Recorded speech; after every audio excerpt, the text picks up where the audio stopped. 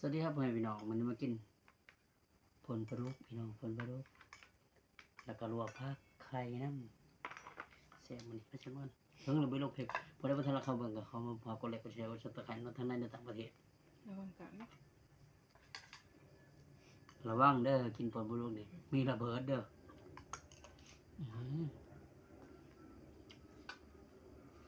ที่พี่น้องงานหลายอย่างนี้งานก็จะเฮ็ดเขาก็จะกินเอ้าลุย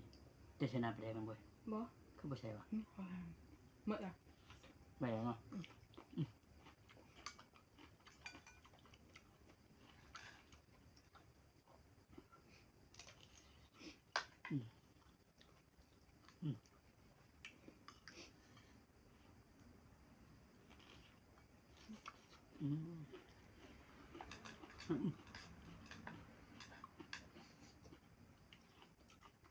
จับไปนี่นะ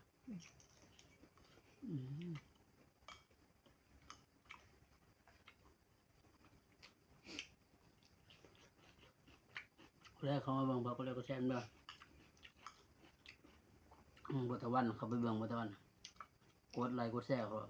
ถ้าบุคคลเขาเมื่อเนี่ยเขาไปซื้อรถไห้บนะบัตรวันบ่ใช่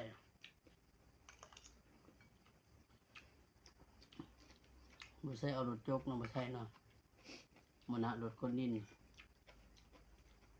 บัตรวันก็เอารถคนดินคือกันฝากกดไลค์กดแชร์ด้วย3 คนอ่ะ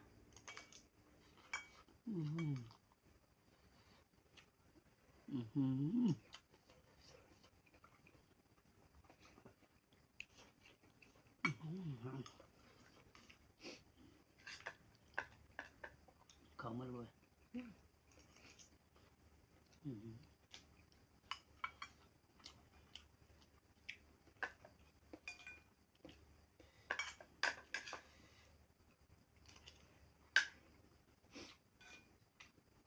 ไม่อยากกินไรพี่น้อง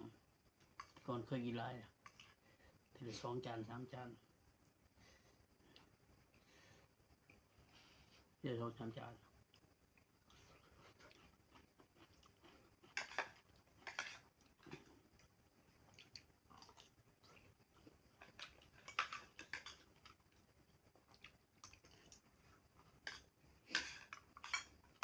ใครก็ลูก